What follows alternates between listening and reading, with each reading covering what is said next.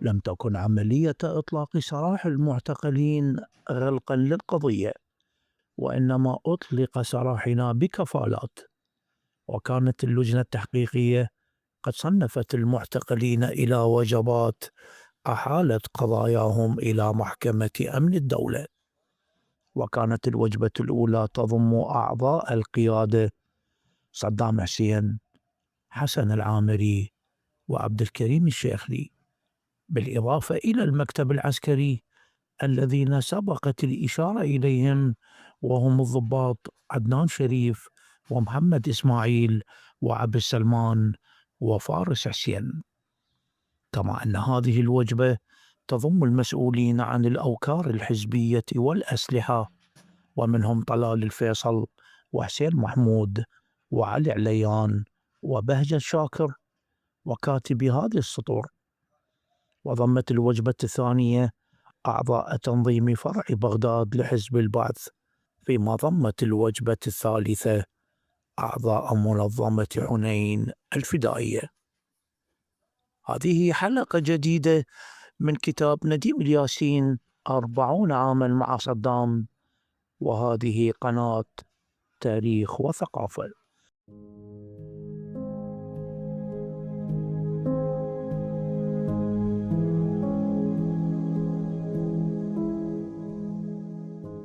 بدأت المحاكمات للوجبة الأولى أمام محكمة أمن الدولة، وبادر محامون بالعثرات للتطوع دفاعا عنهم.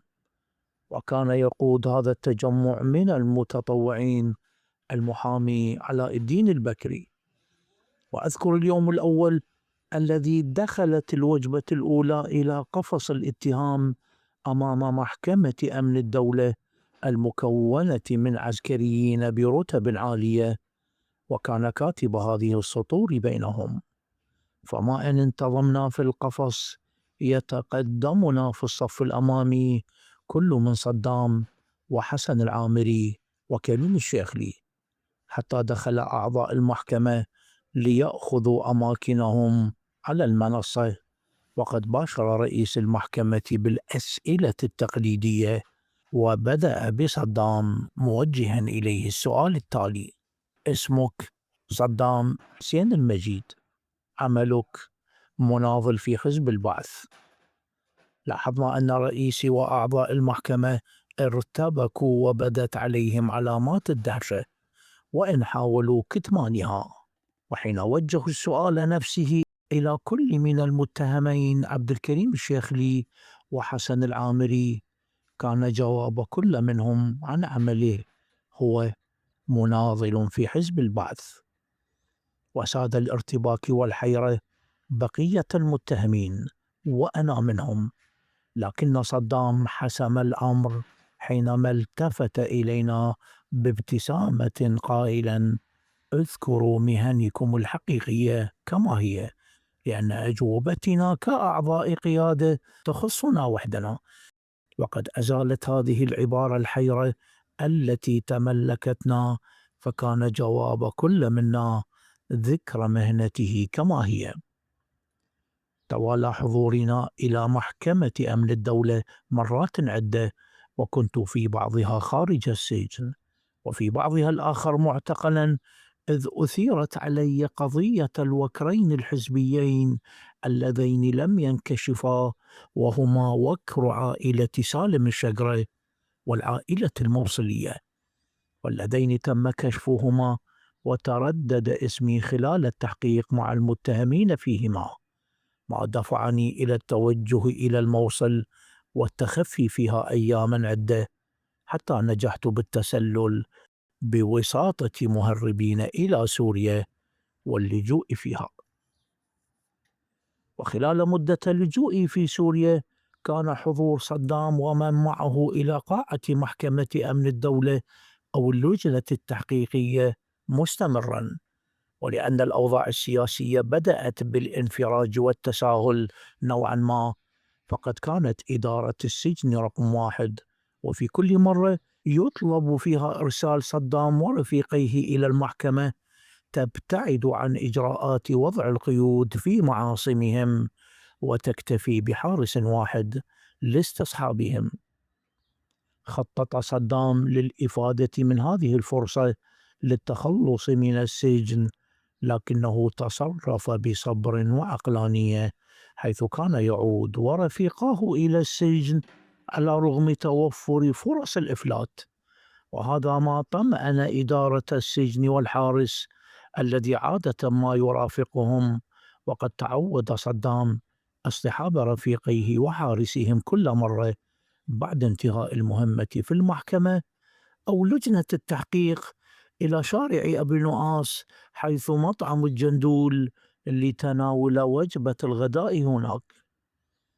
ولأن الزيارات العائلية والشخصية لهم كانت مستمرة في السجن، فقد رتب صدام خطة جديدة للإفلات من السجن والعمل على لملمة شتات الحزب وتضميد جراحه وترسيم صفوفه وتنظيماته. وهكذا تم وضع الخطة بالاتفاق مع سعدون شاكر الذي كان طليقا، حيث انتظر بسيارة خاصة قرب مطعم الجندول في أحد أيام استدعاء صدام ورفيقيه إلى المحكمة. وكالعادة كان معهم حارس واحد. توجهوا بعد انتهاء المهمة في المحكمة إلى مطعم الجندول في شارع أبي نؤاس لتناول وجبة الغداء. وكان الاتفاق هو أن يبقى الرفيق حسن العامري مع الحارس على طاولة الطعام لتطمينه، فيما يذهب الرفيقان صدام وعبد الكريم الشيخلي إلى المغاسل كالعادة. ولكن في هذه المرة كانت الوجهة غير ذلك. ففي لحظات وفيما كان حسن العامري يشغل الحارس بالحديث، توجه صدام وكريم الشيخلي إلى الباب الخلفي للمطعم والقريب من المغاسل لينفذا منه إلى حيث ينتظر سعدون شاكر في السيارة التي انطلقت بعيدا عن ذلك المكان ما أن استقلاها. وبدأت بذلك مرحلة جديدة من حياة ونضال صدام الذي أعاد التماسك والحيوية إلى الحزب، لكن هذه المرة بقيادته الفعلية، وإن سمت القيادة أحمد حسن البكر أمينا لسرها. لم يعد لي بعد ذلك اطلاع مباشر على تحركات صدام ونشاطاته، إلا أنني من خلال الاجتماعات الموسعة لمكتب الثقافة والإعلام الحزبي الذي كان صدام يترأسه بعد حين من ثورة 17 من تموز عام 68، ويعقد اجتماعاته أسبوعيا، كنت ألح في مداخلاتي على ضرورة توثيق نضال الحزب قبل ثورة تموز عام 68. وكان صدام يرد علي بالتريث أحيانا وبابتسامة صامتة أحيانا أخرى، حتى حل عام 76 وكنت حينها أشغل منصب مدير الإعلام العام في وزارة الثقافة والإعلام، حيث تم الاتصال بي من استعلامات القصر الجمهوري للحضور إلى مبنى الاستعلامات. ووجدت أن الشاعرين كمال الحديثي وعبد الأمير معله والقاصين موفق خضر وعادل عبد الجبار قد وصلوا قبلي، ولم أستطع لحظتها الربط بين وجودهم ووجودي في هذا المكان، حتى أقلتنا سيارات إلى داخل مجمع القصر الجمهوري وتوقفت أمام دار لا تبعد كثيرا عن القصر، حيث ترجلنا منها وتم إدخالنا إلى صالة الاستقبال التي انتظرنا فيها بضعة دقائق حتى قدم إلينا مرافق صدام الملازم حينذاك أرشد ياسين ليصافحنا بحميمية مع عبارات الترحيب، ويطلب إلينا مرافقته ليقودنا إلى غرفة نوم كان نائب رئيس مجلس قيادة الثورة صدام يتمدد على سرير فيها وهو يرتدي دشداشة سمائية اللون، فرحب بنا وصافحنا وجلسنا على الكراسي المحيطة بالسرير والمعد لنا سلفا. التفت إلي قائلا: لقد حان الوقت يا رفيق نديم، فأنت كنت تلح على موضوع توثيق نضالنا، وها قد حانت الفرصة، فالأطباء أجبروني على الرقود على هذا السرير الصلب لمدة شهر كامل بسبب آلام فقرات الظهر الديسك، وصار بإمكاني التفكير معمقا بمقترحك. من حكايات التمهيد للثورة.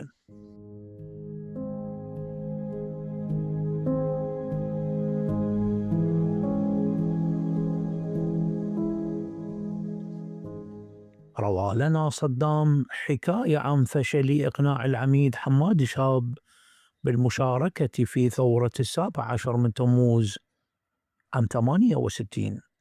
فقد كانت القيادة القطرية قد كلفت أحمد حسن البكر أمين سر القيادة القطرية حينذاك في خضم إعداد الخطط لتلك الثورة أن يلتقي حماد شاب، وكان يقود وحدة عسكرية مهمة هي اللواء العاشر المدرع المتمركز في محافظة الأنبار غرب بغداد وليس بعيدا عنها. وكان هذا اللواء يضم عددا من الضباط البعثيين، ويبدو أن البكر لم ينجح في إقناع حماد شاب بالمشاركة، فدعا البكر إلى اجتماع للقيادة القطرية وأبلغها بذلك. يقول صدام أنه بعد أن فرغ البكر من حديثه طلب منه ومن القيادة إعطاؤه فرصة لقاء حماد شاب والحديث معه عن الموضوع كمحاولة ثانية لإقناعه. فوافق أعضاء القيادة، وتوجه صدام إلى حيث يقيم حماد شاب والتقاه، وطرح عليه موضوع المشاركة مجددا، فرفض في البداية أن يسهم في الثورة على النظام القائم آنذاك بسبب علاقاته الحميمة برئيس الجمهورية عبد الرحمن عارف والعهد الذي قطعه له بالإخلاص والولاء. يضيف صدام أنه بدأ يشرح لحماد شاب الأسباب الموجبة للثورة، من الفساد المتفشي في جهاز الدولة إلى التكتلات العسكرية المتصارعة الطامعة في الحكم، والمحاولات المتعددة التي جرت للانقلاب على النظام القائم، وانتشار شبكات التجسس في العراق بما فيها الإسرائيلية، والوضع الاقتصادي المتردي، وهيمنة شركات النفط الأجنبية على ثروات العراق، مؤكدا له أن عددا من الكتل العسكرية المشبوهة تعد للإطاحة بالنظام، ما قد يدفع العراق إلى مصير مجهول، بل إلى الهاوية. ونسى الهاوية التي أوقعنا فيها البعث. يواصل صدام أن حماد شاب أصغى بانتباه شديد إلى شرحه، وبعد تأمل طلب من صدام أن تساعده قيادة الحزب على احترام عهده لعبد الرحمن عارف بأن لا يمس بسوء، وأن تحفظ كرامته، وأن يسفر إلى البلد الذي يختاره ليعيش وأسرته باطمئنان، وأن تتكفل حكومة الثورة بصرف استحقاقاته التقاعدية. أكد صدام أنه أقسم لحماد شاب أن تحترم رغبته هذه، وأن الثورة بعد نجاحها لن تمس السيد عبد الرحمن عارف بأي سوء، وستعامله بشرف واحترام. وهكذا وافق حماد شاب قائد اللواء العاشر المدرع على المشاركة الفعلية في تنفيذ الثورة، حيث وضعت القيادة خطة الثورة وضمنتها مشاركة اللواء العاشر الذي يقوده حماد شاب. وقد التزم صدام والقيادة بالوعد الذي قطع للعميد حماد شاب، وعومل السيد رئيس الجمهورية عبد الرحمن عارف بعد نجاح الثورة واستسلامه في القصر الجمهوري معاملة لائقة، إذ خصصت له طائرة عسكرية خاصة أقلته إلى خارج العراق حيث استقر في النهاية بمدينة إسطنبول في تركيا حسب رغبته، حيث أقام وعائلته هناك. وقد يتساءل المتابع والقارئ ما صلة حماد شاب بأحمد حسن البكر أو صدام حسين لتحقيق مثل هذه اللقاءات؟ والجواب هو أن ثلاثتهم من منطقة واحدة هي تكريت، بالإضافة إلى العلاقات التي تربطهم جميعا. هذه أحداث شهدتها خلال عملي رئيسا لدائرة المراسم في رئاسة الجمهورية، وفيها عبر ودروس، وفيها ما يفضح أكاذيب روجها بعض أصحاب الأغراض السيئة وآخرين من التافهين بهدف ثلم شخصية الرئيس صدام وقادة الثورة وتشويه سيرهم وشيطنتهم. لا بد لي هنا أن أعلق أنا ثائر عراقي بشيء. يبدو أن المؤلف قد ذهب بعيدا في التطبيل لقادة البعث، وتطرف أيضا في مدحهم وكيل الصفات التي لا يستحقوها لهم. الفصل التالي: أكذوبة بديل صدام.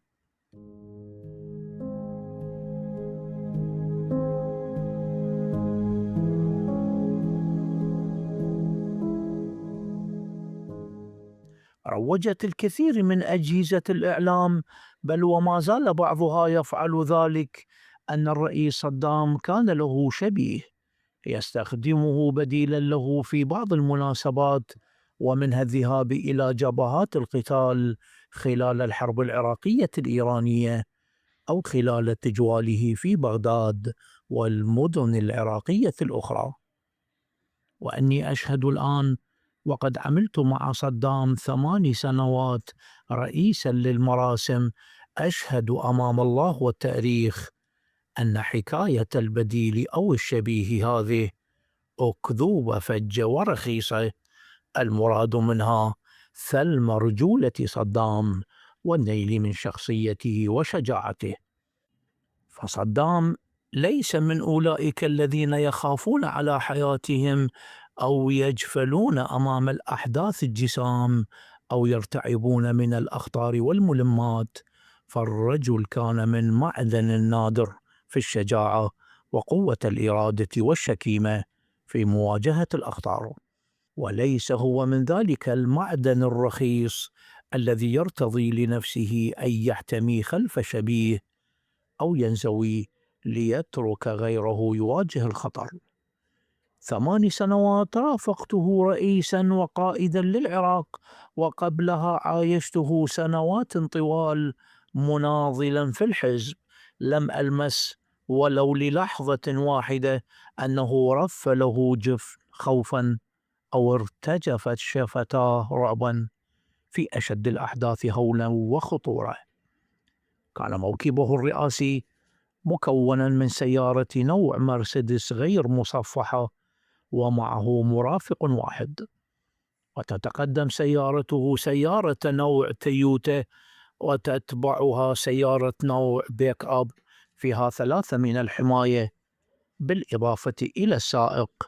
وبهذا الموكب المتواضع كان يصل إلى مقره في القصر الرئاسي، وبمثل هذه الكيفية كان يغادره من دون أن يقطع المرور في الشوارع ومن دون حراسات أخرى، وكان يأمر حمايته بأن يوقفوا موكبه البسيط عندما تضيء الإشارة الحمراء عند تقاطعات الطرق، كما أنه كان يتوجه إلى جبهات القتال على الحدود مع إيران عندما تشتد المعارك، وحينما تصل إليه معلومات تفيد بحراجة الموقف على الجبهة وشدة ضغط العدو على القوات العراقية. بصفته القائد العام للقوات المسلحة، فقد كان يرفض إلا أن يكون حاضرا مع قادة القطاعات العسكرية العراقية والمقاتلين ليمنحهم دفقة معنوية عظيمة كانت تؤدي في معظم المواقف إلى تغيير مجرى المعارك لصالح القوات العراقية. الشبيه يا لها من ثرية وضيعة لا تطال قامة هذا الرجل النادر بين الرجال. يا إلهي يا إلهي، لقد تطرف الرجل المؤلف كثيرا. نستكمل الكتاب. في عام 89 عقد مؤتمر القمة العربي في مدينة الدار البيضاء في المملكة المغربية، وفي اليوم الأول من اجتماع القمة خرج الرئيس صدام من مقره الذي خصصه له الملك الحسن الثاني، وكنت أسير معه متقدما بعض الخطوات بحكم واجبي. وحينما وصلنا إلى باب المقر شاهدنا موكبا من السيارات تتوسطه سيارة مرسيدس بيضاء موديل السبعينات كان في انتظاره. فقد فتح مرافق الرئيس باب السيارة المرسيدس البيضاء إشارة إلى الرئيس كي يستقلها. فالتفت الرئيس إلي وسألني ما هذه السيارة، فبادر مرافقه ليجيب إنها السيارة المصفحة التي تم جلبها من بغداد بطائرة نقل عسكرية ضمن إجراءات أمن الرئاسة لتوفير الأمن لسيادته. فابتسم الرئيس صدام وطلب من المرافق ركن هذه السيارة جانبا، وعاد ليسألني أين السيارة المخصصة من القصر الملكي المغربي. فأشرت إليها، وكانت خلف السيارة المصفحة المذكورة، ويقف إلى جانبها مرافقه العسكري المغربي. فاتجه نحوها، وكانت غير مصفحة، واستقلها ووجهه يشرق بابتسامته المحببة. فهل مثل هذا الرجل يلجأ إلى التخفي وراء شبيه؟ طبعا المغرب من البلدان الأكثر أمنا في العالم. نتوقف هنا، نستكمل بقية الكتاب في الحلقة القادمة، ومع السلامة.